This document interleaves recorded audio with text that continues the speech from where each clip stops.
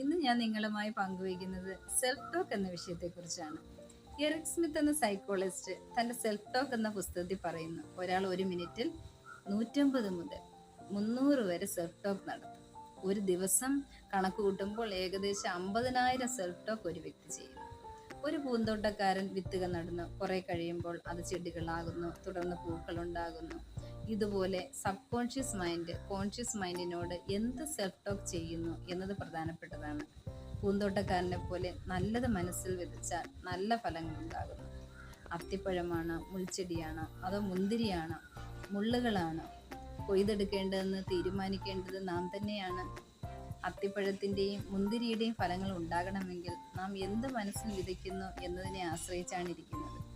നമ്മുടെ മനസ്സിൻ്റെ captain conscious mind, നിർദ്ദേശങ്ങൾ കൊടുക്കുന്നത് സബ് കോൺഷ്യസ് മൈൻഡുമാണ്. നമ്മുടെ എല്ലാം ഉപബോധ മനസ്സ് സെൽഫ് ടോക്കിലൂടെ നല്ല നിർദ്ദേശങ്ങൾ കൊടുത്ത കോൺഷ്യസ് മൈൻഡ് നല്ലത് മാത്രം ചെയ്യും. നല്ല നിർദ്ദേശങ്ങൾ കൊടുക്കാൻ സബ് കോൺഷ്യസ് മൈൻഡിനെ ഒരുക്കുക എന്നതായിരിക്കട്ടെ നമ്മുടെ അനുദിന ശ്രമങ്ങൾ. അതിനായി നല്ലത് കാണാം, നല്ലത് വായിക്കാം, നല്ലത് കേൾക്കാം. അങ്ങനെ ചെയ്യുമ്പോൾ ബോധ മനസ്സിലൂടെ നമ്മുടെ ജീവിതത്തിൽ സമാധാനത്തിൻ്റെയും സന്തോഷത്തിൻ്റെയും സമൃദ്ധിയുടെയും ഫലങ്ങളുണ്ടാകും. നമ്മുടെ സെൽഫ് ടോക്ക് സസൂക്ഷ്മം പരിശോധിച്ച് പോസിറ്റീവായ ചിന്തകൾ നിറയ്ക്കാം.